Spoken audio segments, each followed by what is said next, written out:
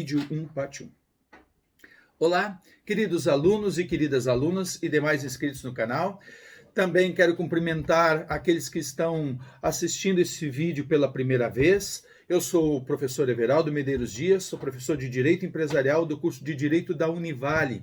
E este vídeo, ele compõe uma série de vídeos de direito societário, inserido dentro do canal, que no canal, quem acompanha já o canal sabe que nós dividimos em 3 playlists, para não misturar as matérias. Um deles é a parte geral, que nós, particularmente no nosso curso de Direito da Univale, estudamos no 6º período. Esta playlist aqui, do qual este vídeo compõe, é a playlist do Direito Societário, que nós estudamos no 7º período, e também tem a playlist do Direito Concursal, que é lá do 8º período. Este vídeo, nós vamos tratar a respeito dos princípios gerais do direito empresarial. Os 3 vídeos anteriores, nós tratamos a respeito da personalidade jurídica como uma parte preliminar ao estudo do direito societário. Agora nós começamos a adentrar o estudo do direito societário, mas ainda falando genericamente, né, a respeito dos princípios gerais do direito empresarial. Então nós vamos falar aqui a respeito inicialmente do princípio da livre iniciativa, depois da livre concorrência e da função social da empresa e princípio da preservação da empresa. Na sequência, vamos tratar especificamente dos princípios que norteiam o direito societário, né? Mas aí num outro vídeo. Então, seguimos a sequência.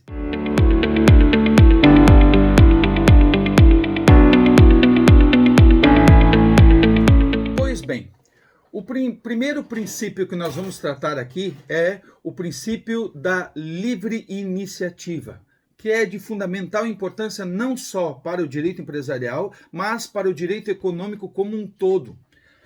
Ora, falar de princípio da livre iniciativa, inicialmente nós temos que tratar a respeito de liberdade, né? Não há livre iniciativa sem uma garantia de liberdade, um ambiente de garantias que garanta a liberdade.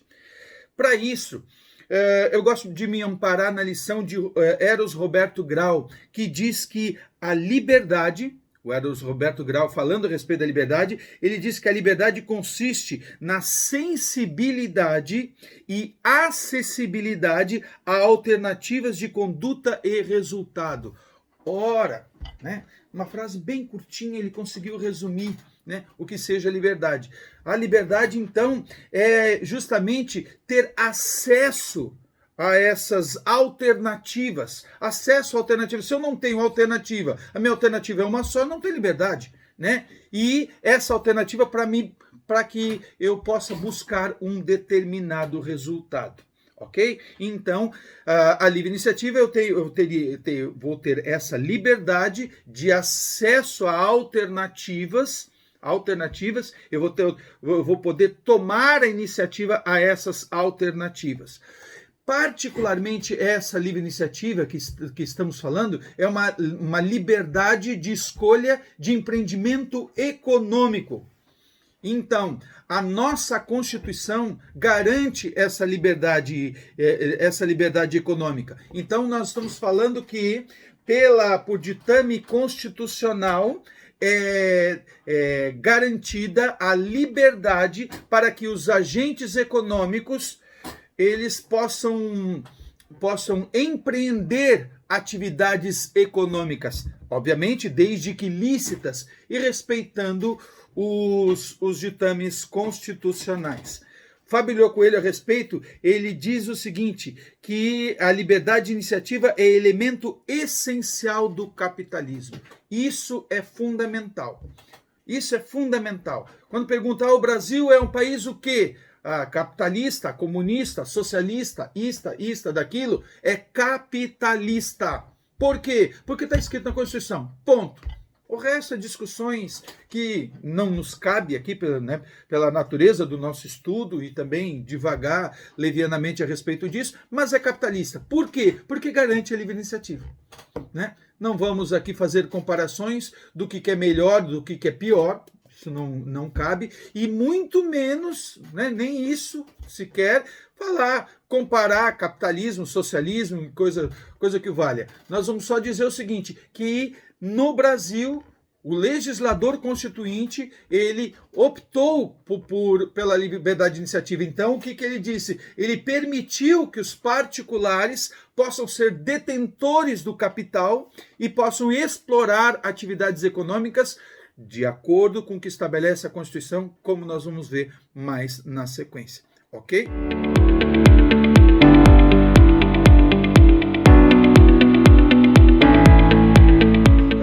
Como eu disse agora há pouco, o legislador constituinte inseriu a livre iniciativa em dois momentos importantíssimos, a começar pelo primeiro, né? Que ele inseriu justamente onde? No artigo 1º da Constituição.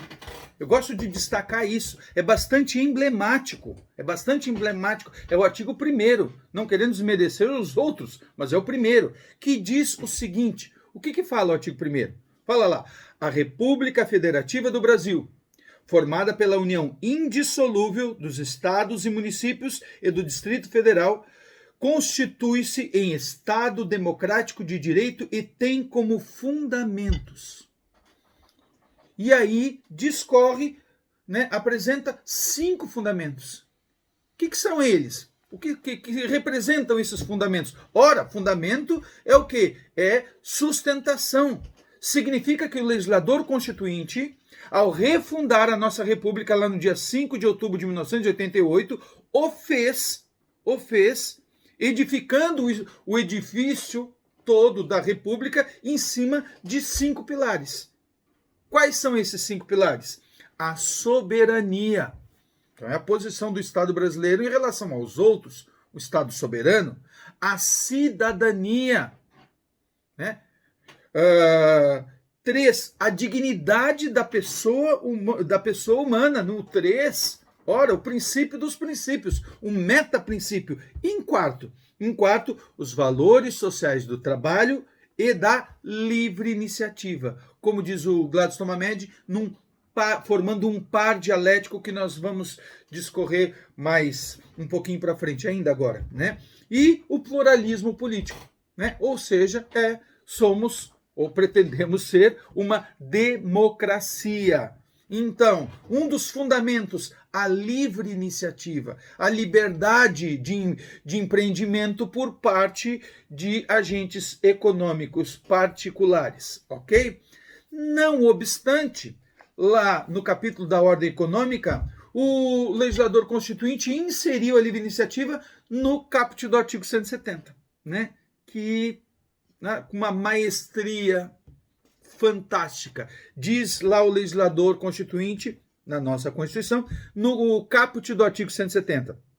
Assim, a ordem econômica, fundada na valorização do trabalho humano e na livre iniciativa. Daí que advém o célebre comentário do Gladstone Hamed, dizendo que há um par dialético entre o capital, né, representado pela livre iniciativa, e pelo trabalho, na valorização do trabalho humano. Mas observem bem, o legislador não colocou assim a ordem econômica fundada no trabalho e na livre iniciativa.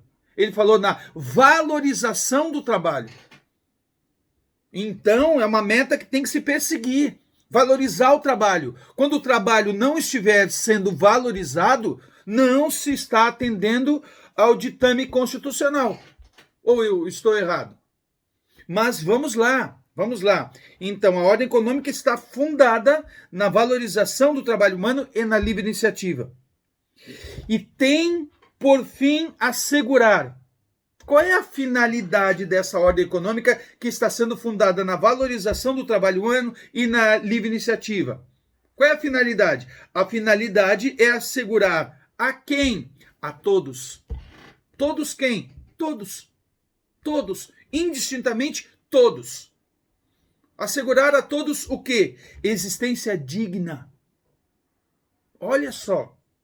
Existência digna. O que é existência digna? Aí nós vamos ter que buscar lá na dignidade da pessoa humana.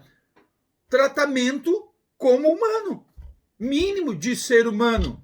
E por aí afora, não temos tempo para tratar aqui no vídeo, ok? Existência digna. Mas o próprio legislador aqui diz assim, conforme o quê? Os ditames da justiça social. Então, justiça social o que é? Distribuição de riquezas. As riquezas que são produzidas pela ordem econômica tem que se buscar a distribuição. Qual é a definição de justiça social? Justiça social é um ultrabilionário e alguém passando fome lá na calçada? Alguém pode definir isso? Para mim não é, né? Mas poderemos discutir. Esse vídeo serve também para despertar a criticidade em todos, para se debater. Eu não sou o dono da verdade. Observados os seguintes princípios. Não obstante, o que o legislador disse? Observar os princípios. Quais são eles? A soberania nacional, a propriedade privada, né? 3, a função social da propriedade, não? Os dois que já vêm importados lá do artigo 5º, a livre concorrência, que é o próximo princípio que nós vamos ver, a defesa do consumidor, a defesa do meio ambiente, a redução das desigualdades regionais e sociais, a busca do pleno emprego, tratamento favorecido para as empresas brasileiras de capital nacional de pequeno porte. Ok? Então é tudo aquilo dali, mas respeitados esses princípios. Por exemplo, a livre iniciativa é ampla? Sim. Porém, ela não pode desrespeitar o consumidor. Porém, ela não pode desrespeitar o meio ambiente. Né? Porém, ela tem que garantir, não pode desrespeitar a concorrência. Ele não pode ser tão grande a ponto de eliminar a concorrência. E, por fim, o parágrafo único diz assim, é assegurado a todos o livre exercício de qualquer atividade econômica, independentemente de autorização de órgãos públicos, salvo nos casos previstos em lei. E aí garante a liberdade mesmo. Quantas vezes nós verificamos alguns atos, primeiro, uma média ainda fala isso, lei, então, é o ato normativo proveniente do legislativo. Não pode ser decreto, não pode ser portaria, ok? Mais uma outra coisa, tem que ter justificativa na Constituição. Mesmo sendo um ato legislativo, tem que ter fundamento. Não pode por quê? Porque eu quero, porque eu não quero. Não, tem que ter fundamento na Constituição. Aquela proibição, o vídeo já está ficando longo demais, né? Para os meus alunos eu explico depois nas nossas videoaulas agora durante a pandemia ou presencialmente quando a gente tiver essa oportunidade, ok?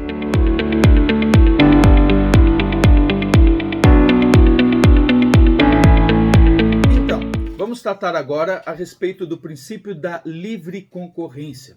O princípio da livre concorrência que nós vimos consta lá entre os incisos do artigo 170 da Constituição, que nós acabamos de ver lá no inciso 4º. A livre concorrência está muito enraizada junto com o princípio da livre iniciativa, de tal forma que às vezes é tanto quanto difícil distinguir um do outro. Mas nós temos que verificar o seguinte, que a livre concorrência, pela livre concorrência, verificamos que o ambiente do mercado ele tem que ser pautado por eticidade. Por eticidade. O que se quer dizer com isso? Significa que deve-se dar liberdade aos agentes econômicos particulares de adentrarem no mercado e poderem disputar. No mercado que tenha regras. Porque o mercado que não tem regra é cada um por si, né? Cada um por si, e aí vai lá, vai se destruindo, vai se transformar no mercado predatório. E o mercado predatório é ruim para os consumidores e péssimo para a economia. Por quê? Porque quando um somente domina, o que acontece com a qualidade? Ela baixa, e o que acontece com os preços? Eles sobem. Então não pode acontecer isso. O Estado tem que permitir isso. E aí, o parágrafo 4º do artigo 173 da Constituição, ele diz o seguinte: a lei reprimirá o abuso do poder econômico que vise a dominação dos mercados, a eliminação da concorrência e ao aumento arbitrário dos lucros. O legislador constituinte deu esta ordem. Ei, legislador infraconstitucional, tu tem que elaborar uma lei que reprima esse abuso do poder econômico, que tenha por objetivo a dominação dos mercados, a eliminação da concorrência e ao aumento arbitrário dos lucros. Seguindo a ordem constitucional, né, o legislador infraconstitucional, primeiro na Lei 8.884 de 94, que depois foi reformada pela Lei 12.529 de 2011, estabeleceu isso, né, dizendo que constitui infração da ordem econômica, independentemente de culpa, os atos sob qualquer forma manifestados, o artigo 36 da lei, né, que tenham por objeto ou possam produzir os seguintes efeitos, ainda que não sejam alcançados. 1. Limitar, falsear ou de qualquer forma prejudicar a livre concorrência ou a livre iniciativa. 2. Dominar mercado relevante de bens e serviços. 3. Aumentar arbitrariamente os lucros. Época de pandemia agora, o álcool gel foi lá em cima, ora, né? Sem justificativa. 4. Exercer de forma abusiva posição dominante. Isso é infração da ordem econômica. Mas o artigo 195 da Lei de Propriedade Industrial diz o seguinte, que comete crime de concorrência desleal quem? E aí tem uma série de incisos que eu recomendo que vocês deem uma olhadinha para eu não deixar esse vídeo tão comprido. Mas o que acontece? O legislador infraconstitucional considerou ilícitas duas práticas. Uma, que é denominada como infração da ordem econômica, e a outra, concorrência desleal. Qual a diferença entre a infração da ordem econômica e a concorrência desleal? A infração da ordem econômica, eu costumo dizer que na infração da ordem econômica, a vítima é quem? A ordem econômica. As estruturas do livre mercado. Então, abala a todos. Já a concorrência desleal, quem é a vítima? Com quem que eu, concorrente desleal, né, eu estou sendo desleal? Ao meu concorrente direto. Eu estou praticando um ato, né, lesivo ao meu concorrente direto. Por isso que a infração da ordem econômica é de ordem pública.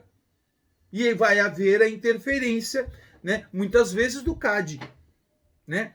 Por quê? Porque prejudica a todos, já a concorrência desleal é privada, né? Por quê? Porque eu estou causando prejuízos diretamente ao meu concorrente direto, de acordo com o que são exemplos, os vários incisos do artigo 195 da Lei 9.279 de 96, que é a Lei de Propriedade Industrial.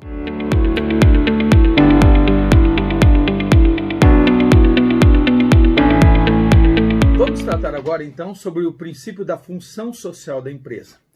Para que nós possamos entender o princípio da função social da empresa, temos que verificar que o princípio da função social da empresa, ele está concatenado com o princípio da função social da propriedade. E o que é o princípio da função social da propriedade? É a prevalência, a predominância dos interesses públicos sobre os interesses privados. Em particular, o princípio da preservação da empresa, nós temos que entender o seguinte. Lá na ordem econômica, o que o Estado fez? O Estado fez assim, disse como se ele tivesse assim, eu não vou. Quem vai são vocês, os particulares. Né? Eu permito que vocês explorem o meio, o mercado, a ordem econômica que é minha, eu permito a vocês. E aí vocês vão ganhar o lucro. Agora, em contrapartida, a atividade econômica que vocês vão exercer, ela deve gerar uma função social. O que é isso? O que quer dizer que a atividade econômica, como bem observa Gladys Tomamed, a atividade econômica tem por finalidade, como objetivo primordial, remunerar o capital nela investido. Mas Em segundo momento, ela tem que beneficiar a toda a sociedade, a toda a comunidade ao qual ela está encadeada. Por exemplo, gerando riquezas, né? Gerando empregos, distribuindo riquezas, disseminando tecnologias e uma série de situações, promovendo a cultura e tal. É só a gente ler o que está escrito lá no artigo 47 da Lei 11.101 de 2005, que é a Lei de Recuperação e Falências, dizendo que, em outras palavras, que a empresa que vai se beneficiar, que é a candidata a se beneficiar do Instituto da Recuperação de Empresas, ela tem que estar provando, né, o cumprimento da sua função social, senão ela não vai poder ser beneficiada, ok?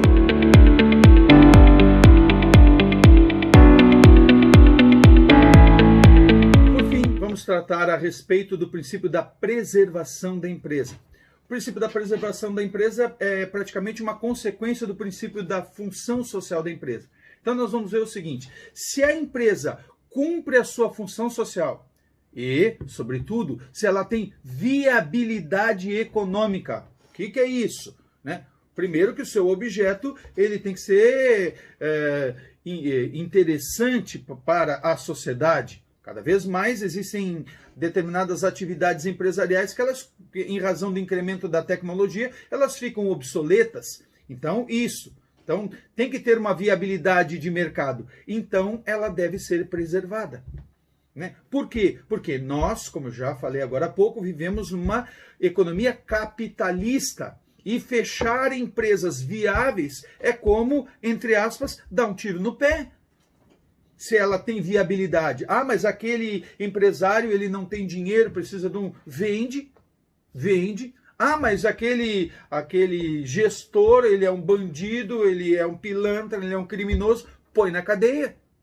Mas não se pode fechar essa atividade. O que o Valdo Fazio Júnior, ele observa até o seguinte, que a preservação dessa empresa viável que cumpra a sua função social, a preservação deve preponderar a sua liquidação.